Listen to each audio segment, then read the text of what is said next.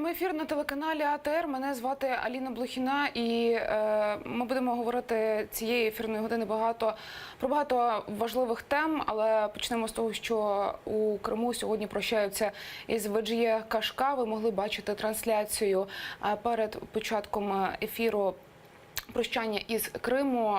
У четвер в Криму померла 83-річна Веджє Кашка, ветеран Кримсько-татарського національного руху. Їй стало погано під час затримання ФСБ 3 кримсько-татарських активістів. Жінку забрала швидка, і вона померла, не доїхавши до лікарні. Сьогодні увесь кримсько-татарський народ у скорботі, і Меджліс кримсько-татарського народу закликав Україну покарати винних у її смерті, а міжнародну спільноту посилити тиск на Росію. Відзначу, що так само сьогодні сумний настрій панує у нас на телеканалі. Чорна стрічка сьогодні з'явилася на кримсько-татарському прапорі у нас на будівлі нашого телеканалу. Ми зараз починаємо розмову з нашим гостем. Я рада вітати у моїй студії Дмитра Снігирьова. Це співголова громадської ініціативи «Права справа». Пане Дмитро, доброго дня вам. Знаєте, напередодні був дуже складний день, тому що знову прийшла сумна звістка з Криму про чергові обшуки, про чергові затримання, які закінчилися тим, що померла Веджє Кашка. Я хочу вас запитати, чи можемо ми якось захистити тих людей, які перебувають на території анексованого півострова, якось вплинути на те, що там відбувається? Ви знаєте, давайте подивимося, що взагалі відбувається і в Криму, і на сході України.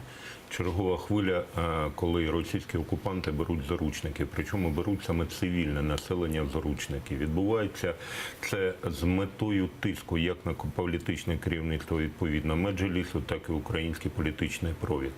Росія з одного боку демонструє начебто договороспроможність, випускаючи Чайгозов і Мерова, і в той же момент 11 жовтня проходили обшуки в Бахчисараї. Тобто така собі, знаєте, система противаг. З одного боку ми начебто договороспроможні, з іншого боку ми показуємо, що питання заручників буде використано саме в моменті придушення можливого політичних протестів кримсько-татарського народу. Єдине намагання тут і єдина можливість впливати на ситуацію – це знов-таки реакція міжнародної спільноти.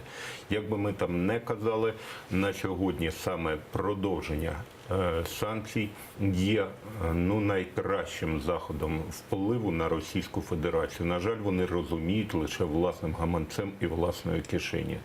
Можливості розгорнути збройне протистояння, на жаль, немає. Тому ми мусимо і повинні апелювати до міжнародної спільноти в моменті більш жорстких санкцій по відношенню до країни-окупанта.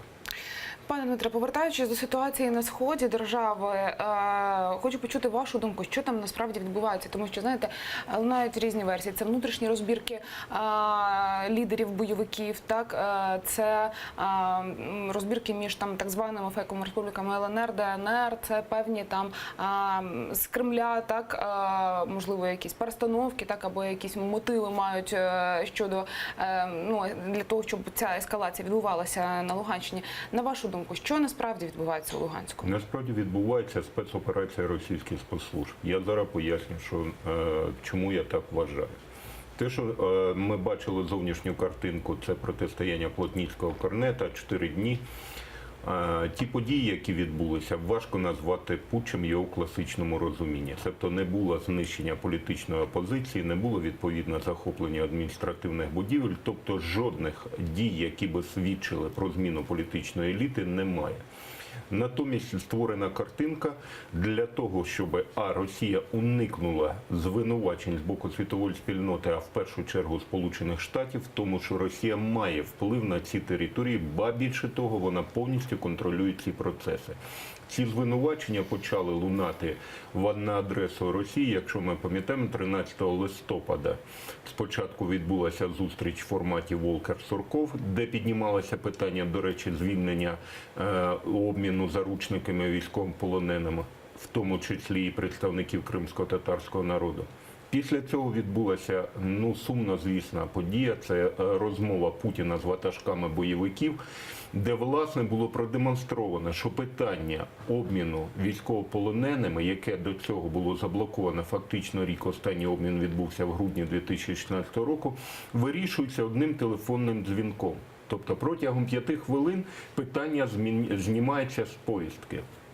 всім стало зрозуміло, що Росія не просто впливає на процеси, які відбуваються всередині так званих республік, а повністю контролює. Тому відповідно і у Сполучених Штатів Америки, і у країн так званого нормандського формату постало питання до Росії. Якщо так, то чому 4 роки триває військове протистояння і чому не виконуються мінські домовленості, хоча ви виступаєте начебто з мирними ініціативами введення миротворчих військ?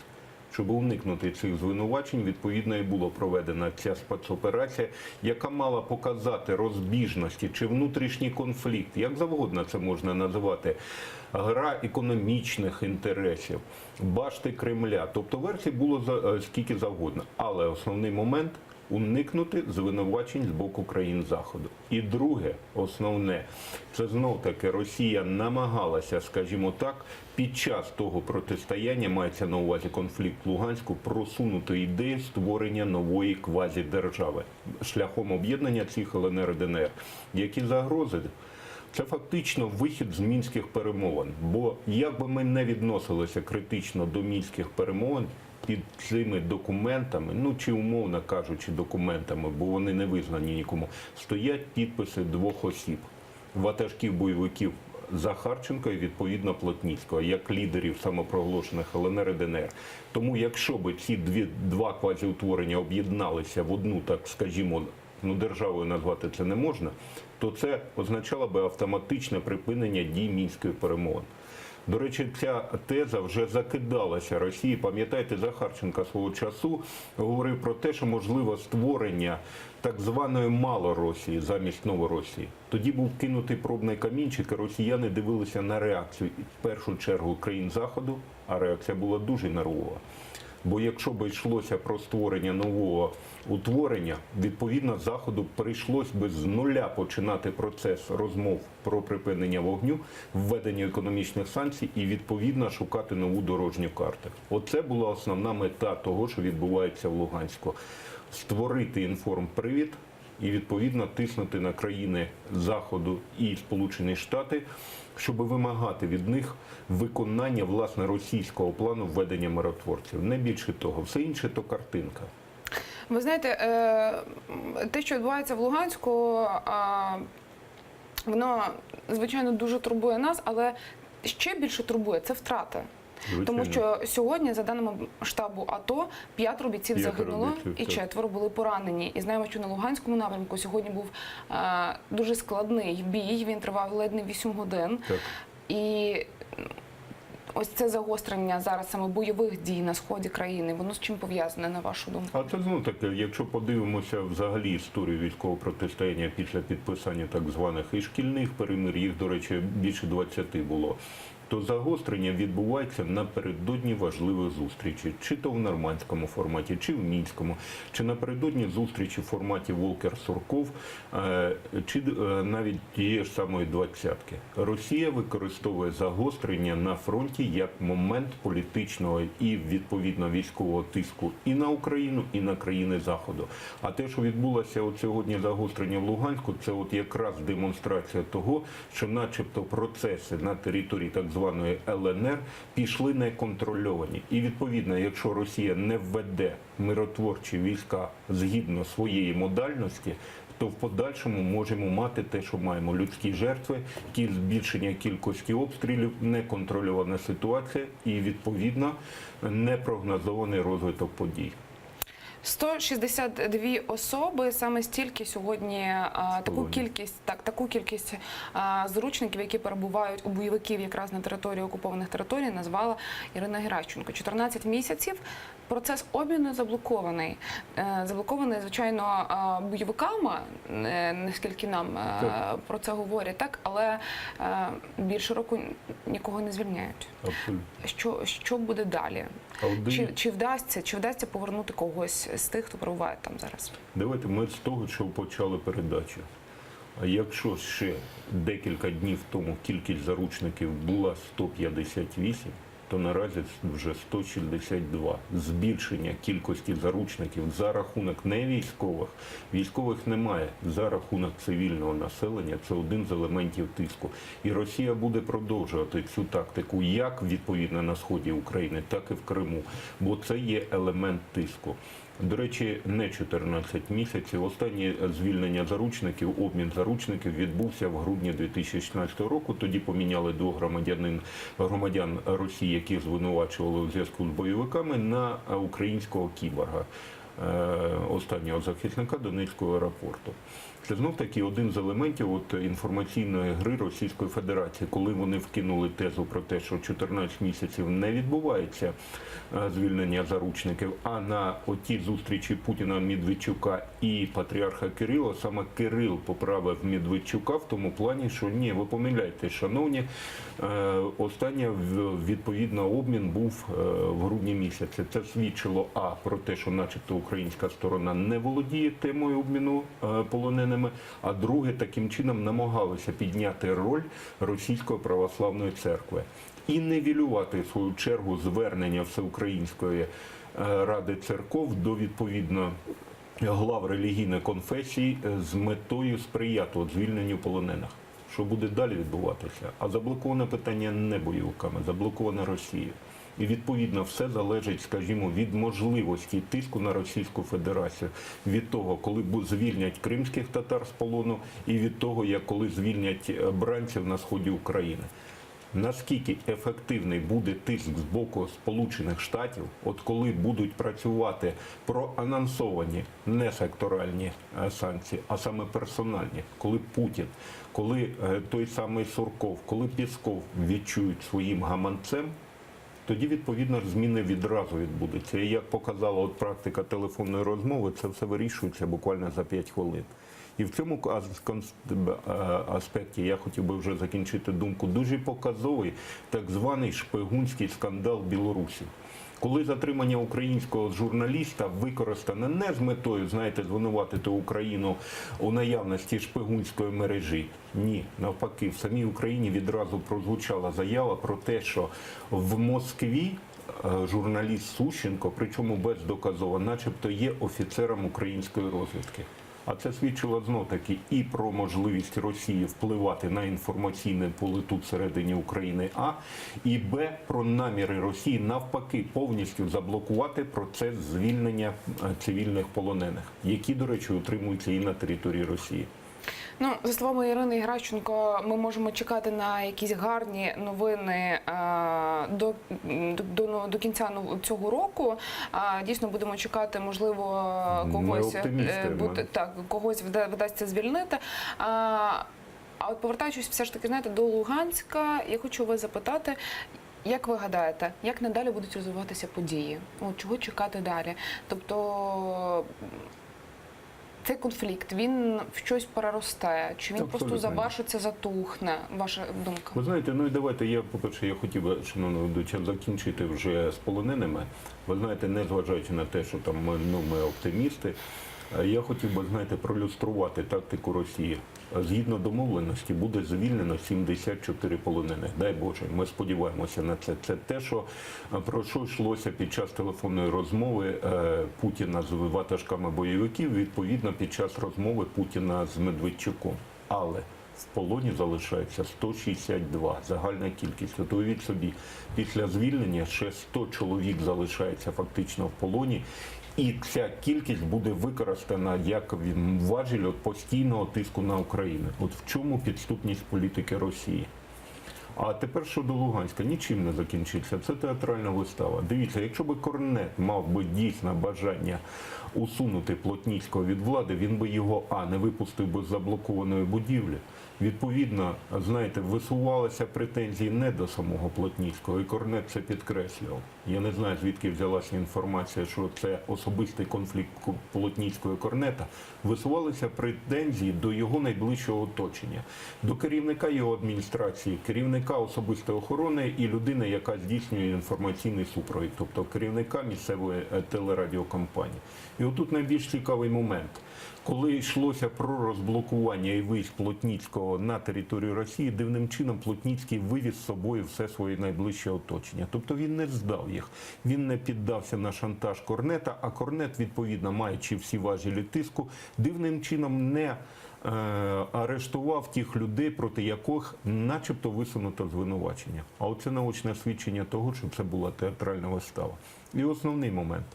Як би там не склалися події в самому Луганську, скільки б нам не демонстрували озброєних зелених чоловічиків, до тих пір, поки Росія буде гратися у мінські домовленості, а саме гра йде, Плотніцький буде живий і він буде легітимним на думку Росії лідером цієї самопроголошеної республіки. Бо саме підпис Плотніцького стоїть під мінськими домовленостями. А це гарантія того, що з Плотніцьким нічого не станеться. І навпаки, в мене великі запитання подальшої долі Корнета. Бо вже пролунали звинувачення про те, що донька Корнета навчається в Харкові на території України. Коханка Корнета проживає в місті Києві, причому ніхто її чомусь дивним чином не заарештовує. А за нашою інформацією, наразі і самому Корнету буде висунуто звинувачення в причетності до підриву керівника народної міліції ЛНР Анащенка, коли він був підірваний в лютому 2017 року. Тобто доля Корнета, вона дуже сумнівна. Але все ж таки, ви знаєте, речник президента Росії Дмитро Песков заявляє, що приїзд ватажка так званої ЛНР Ігоря Плотницького не справа Кремля. Так, у Кремлі слідкують за тим, що відбувається у Луганську, але адміністрація президента ці питання не вирішує. Якщо ми говоримо про те, що все ж таки саме з Росії куруються ці процеси все одно, і ті люди, які очолюють так звані фейкові республіки, то чому тоді Путін якось, знаєте, відкрито не втрутиться в те, що відбувається? А давайте, це є момент якраз того, про що я казав. Якщо б Путін відкрито втрутився, то це було б наочне свідчення того, що Росія контролює процеси, правильно? А йому навпаки треба було уникнути цих звинувачень. І ще я хотів би, знаєте, користуючись можливістю, якраз наданою мені, спростувати оті фейки, які звучали в українському інформаційному просторі про те, що Корнета начебто підтримує Російська Федерація. Це неправдива інформація, хоча б тому, що я знов-таки повернуся до зустрічі в форматі Сурков-Волкер, яка відбулася напередодні того так званого заколоту, де дві сторони, йдеться і про Сполучені Штати, і про Російську Федерацію, зробили спільну заяву про те, що дорожньою картою вирішення питань на сході України є мінські домовленості. А мінські домовленості, я ще раз підкреслюю, без Плотніцького вони не працюють. Тому, коли прозвучали відверто фейкове повідомлення про те, що Корнет спирається на підтримку Росії, миттєво, зауважте, дуже миттєво була показова заява найближчого оточення Суркова про те, що не про яку підтримку не йдеться. Більше того, Росія не підтримує жодну зі сторін конфлікту. От цього моменту можна було сказати, що, власне, заявою про підтримку Корнета Росією Корнет собі і підписав власноруч смертний вирок. Першою реакцією, яка відбулася ще, здається, 21 листопада, після того, як там почали відбуватися ці події, президент Петро Порошенко скликав воєнний кабінет. Різні коментарі звучать від представників влади, так, щодо того, що відбувається на Луганщині. Але питання моє полягає в тому, чи Україні потрібно якимось чином, чи може, навіть, знаєте, Україна втрутитися в ці розбірки, і чи потрібно? Ой, ви знаєте, в самі розбірки втручатися не треба. Як то кажуть, навпаки, Україні треба побажати сили здоров'я обом сторонам конфлікту і зацікавленості дивитися, що відбудеться далі. Чим більше вони переб'ють один одного, тим менше роботи українським спеціальним службам. Що стосується самого конфлікту, у України унікальна просто можливість, треба подякувати і Плотніцькому, і Корнету, в плані того, щоб продемонструвати перше, неспроможність Росії впливати на події на окупованій території, а другий момент і основний – показати всьому цивілізаційному світу про те, що в самій Росії є декілька груп впливу. І відповідно Путін не контролює ситуацію всередині самої Росії. Уявіть собі, як це? Зараз лунає інформація, що Сурков контролює Плотніцького, а ФСБ контролює Корнета. А у підсумку ніхто нікого не контролює. І які тоді функції Путіна як президента Росії, правильно? І це з урахуванням того, що Росія є власником одного з найбільших ядерних потенціалів. У України чудовий зараз інформаційний привід вимагати від наших західних партнерів безкоштовної передачі, не купівлі, а саме безкоштовної передачі летальної зброї і відповідно посилення економічних санкцій, аргументуючи це тим, що Україна наразі є стримуючим фактором між неконтрольованою Росією, де відбуваються от такі процеси напіврозпаду, і відповідно з країнами Заходу, країнами цивілізації. І якщо відповідно Україна, як отой оборонний вал, не витримає навали Дикої Азії з боку Росії, то тоді проблеми будуть великі проблеми країн Заходу. Це унікальна можливість, і ми маємо це використати. Я ще раз повторюю, треба подякувати і відповідно Плотніцькому, і відповідно Корнету, і відверто дурнуваті політиці спецслужб Російської Федерації на окупованих територіях. Коли один конкретний генерал ФСБ може підставити і Путіна, і Суркова у своєму намаганні контролювати якусь одну незаконну копалину. От вам і... Ще, знаєте, хотіла у вас запитати, була така заява від президента Російської Федерації Володимира Путіна, що потрібно перевести економіку на воєнні рейки. Тобто усі великі приватні та державні підприємства Росії мають бути готові до оперативного переходу на воєнні рейки, до збільшення об'ємів виробництва воєнної продукції. Як гадаєте, це, знаєте, такий вкид просто так, Звичайно. інформаційний, чи Росія готова на якісь повномасштабні дії зараз? Давайте скажімо так, що всієї промисловості Росії реально працюючи, куди вкладаються інвестиції, це завжди був ВПК. Без ВПК Росія б не існувала як імперія, яка би відповідно погрожувала всьому світу. Вся інша промисловість просто не працює. Країна в занепаді. Це навіть не супердержава, якою вони намагаються себе вважати. Це вже країна третього світу, бо рівень доходів населення мінімальний. А от це те, що прозвучало, це знов елемент політичного тиску на країни Заходу. Якщо ви нас не нагодуєте або не пристанете на наші пропозиції, щоб ми відібрали їжу у наших менш захищених сусідів, тоді ми будемо озброюватися. Це логіка озброєного голодного дикуна.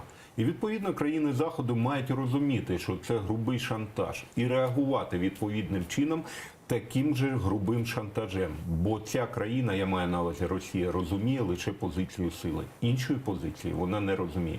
Як тільки слабина, вони починають рвати, шматувати. Як тільки є збройний опір, чи хоча б політичний, але чіткий, послідовний, ця країна відходить назад. Я ще хочу згадати навчання, які проходили у Білорусі, Захід-2017. Дуже так само вони, знаєте, спричинили таку тривогу у засобах масової інформації, коли вони проходили. Я у вас хочу спитати, що це насправді було? Це просто були навчання без, не треба там шукати, знаєте, ніяких ще додаткових Ні, якраз сторін. там додаткові і були. Я просто поясню. Легенда цих навчань було якраз підтримка чи то боротьба саме з проголошеними республіками на території самої Білорусі. Але якщо подивимося на географію проведення навчання, вони проходили одночасно і на території Білорусі, і на території Російської Федерації, мається на увазі Калінінград, то там за легендою навчання під удар підпадали так званий коридор Сувалка. А це країни Прибалтики, найбільш вразливий, скажімо, ахіллесова п'ята блоку НАТО. І це був чіткий посил.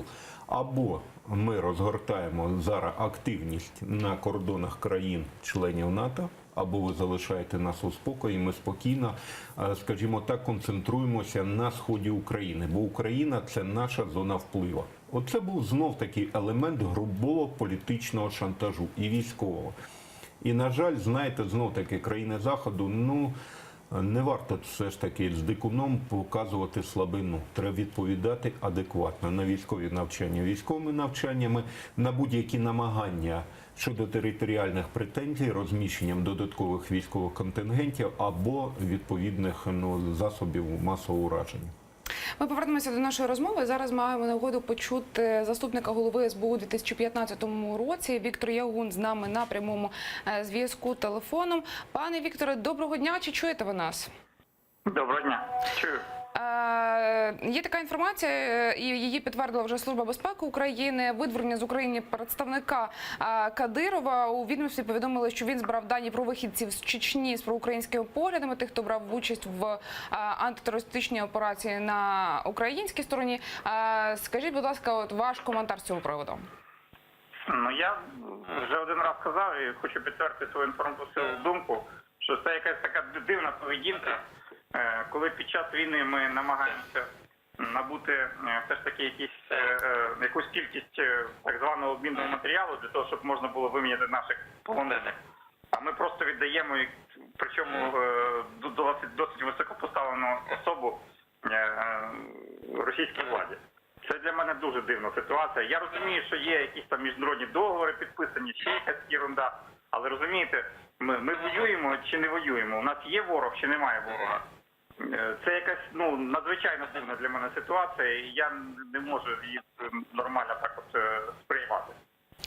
Пане Вікторе, знаєте, я хочу вас ще запитати, як ви працювали у Службі безпеки України, тому, я думаю, маю нагоду у вас про це спитати. Чи є в СБУ агентура російська?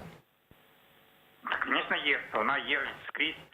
І це ніхто не приховує. З нею треба боротися. Вона є і в Сполучених Штатах, в спецслужбах, і в Англії, як виявлялося, так само була. На жаль, ми від цього не можемо бути відсторонені, але факт залишається фактом, з нею треба боротися, її треба виявляти, її треба ліквідовувати. Це дійсно така цікава ситуація, тому що фактично відомство, яке покликано захищати Україну, допускає такі моменти. Скажіть, будь ласка, на вашу думку, чи співпрацює хтось, можливо, знаєте, Служба безпеки України, чи передається інформація від Служби безпеки України до ФСБ? До кого? До СНД? ФСБ, до російських силовиків, російських правоохоронців.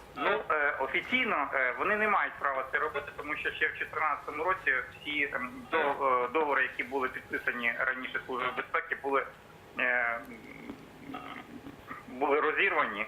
І фактично офіційного контакту між Службою безпеки і ФСБ просто не може бути. Але а неофіційно? Офіційних, так. А неофіційних, власне, це показує ця ситуація. Навіть той лист, що свого часу оприлюднив Валентин Наливайченко про запит про його навчання в Москві, свідчить про те, що контакти залишилися, і вони якісь такі невідомо на якому вони рівні, і якимись документами вони регламентуються. Я дуже дякую вам, що ви знайшли змогу долучилися до нашого ефіру. Віктор Ягун, заступник голови СБУ у 2015 році, був з нами на прямому зв'язку телефоном. Пане Дмитре, як боротися з російською агентурою на території України, зокрема у силових органах? Ви знаєте, по-перше, я хотів би закінчити тему, яку ви підняли з паном Ягуном. Це не перший випадок, коли видають саме російських чи шпигунів, чи умовних диверсантів. Чому умовних, я зараз поясню. Пам'ятаєте, десь 2-3 тижні тому було повідомлення про те, що в Києві було затримано російського диверсанта, який готував низку терактів. Так от його знов-таки віддали просто так. Ну як це? Я теж не розумію цієї політики. Людину затримали, є обмінний фонд. Якщо на тій же ж Білорусі затримують Гриба без звинувачень, затримують українського журналіста, якому висувають звинувачення у шпигунстві, а у нас з доказовою базою, з вибухівкою чи ще затримують диверсанта і віддають його просто так, я цієї політики не розумію. Не може бути, знаєте, заберіть свого, бо він тут трохи наслідив. А що ж з нашими тоді робити? Що робити з кримськими татарами, які наразі перебувають у в'язниці? Мені не зрозуміла ця кадрова політика. А як боротися? Служба безпеки має виконувати свої обов'язки згідно закону про Службу безпеки України. Не громадські активісти, які мають виловлювати, вибачте, щурів в Службі безпеки або протидіяти намірам російської розвідки на теренах України, а та структура, якій виділяють 7 мільярдів гривень щорічного бюджету. Вони достатньо коштів виділяють. Інше питання, що суспільство має спитати, куди йдуть ці 7 мільярдів і де конкретні результати вашої роботи. От тих фейкових затриманнях, вибачте, які потім спростовують саме СБУ, пояснюючи, що це, ну, скажімо так, імітація роботи, а не реальна боротьба з диверсантами. Я маю на увазі, от пам'ятаєте, виключно провальне відео зі звільненням так званого росіянина, так званого звільнення росіянина Богданова, коли Служба безпеки змушена була визнати, що це реально фейкове відео. Хоча нам показувало, що це начебто протидія і спецоперація російських спецслужб. Те саме з тими розкритими начебто спробами замахів на українських політиків. Це відвертий фейк. Покажіть нам реальну роботу. Куди йдуть 7 мільярдів? Наразі ми маємо підриви Харабірюша, підриви в Константиновці, я маю на увазі вищий офіцерський склад СБУ, які не розслідувані, підриви в Києві чеченського добровольця. Фактів ліквідації більш ніж достатньо. Розстріл Аміни Акуєвої. Хто там ще? Підрив ГРУшника. Шаповала, та абсолютно точно. Знищення журналіста Павла Шеремета. Де хоч одне розкрите вбивство? Покажіть мені. Денис Вороненков. Денис Вороненко, нарешті, якого взагалі серед білого дня розстріляли в центрі Києва. А нам розповідають якісь незрозумілі версії. Причому, знаєте, що в чому, ну, для мене жахи були, коли людину, яка начебто причетна до вбивства Вороненка, ще після офіційного розкриття він перебував в Харкові, а потім його розстріляли. А де Служба безпеки? Якщо ви знали, що він причетний до можливого вбивства Вороненка, чому він ще 2 тижні залишався на свободі і ви дали можливість його ліквідувати як цінного свідка? Пане Дмитре, наш ефірний час добігає кінця. Я дякую вам за розмову. Дякую Дмитро вам за Снігирьов, запрошення. співголова громадської ініціативи «Права справа», був гостем цієї ефірної години. Я коротко додам інформацію, що в Єгипті від теракту у мечеті загинули щонайменше 155 осіб, ще 120 поранені. Про це повідомляє агентство Bloomberg із посиланням на урядові медіа. Ми будемо слідкувати за цією ситуацією, і усі актуальні новини ви дізнаєтеся у нашому ефірі. За 5 хвилин ефір телеканалу АТR продовжить Заман. Дочекайтеся.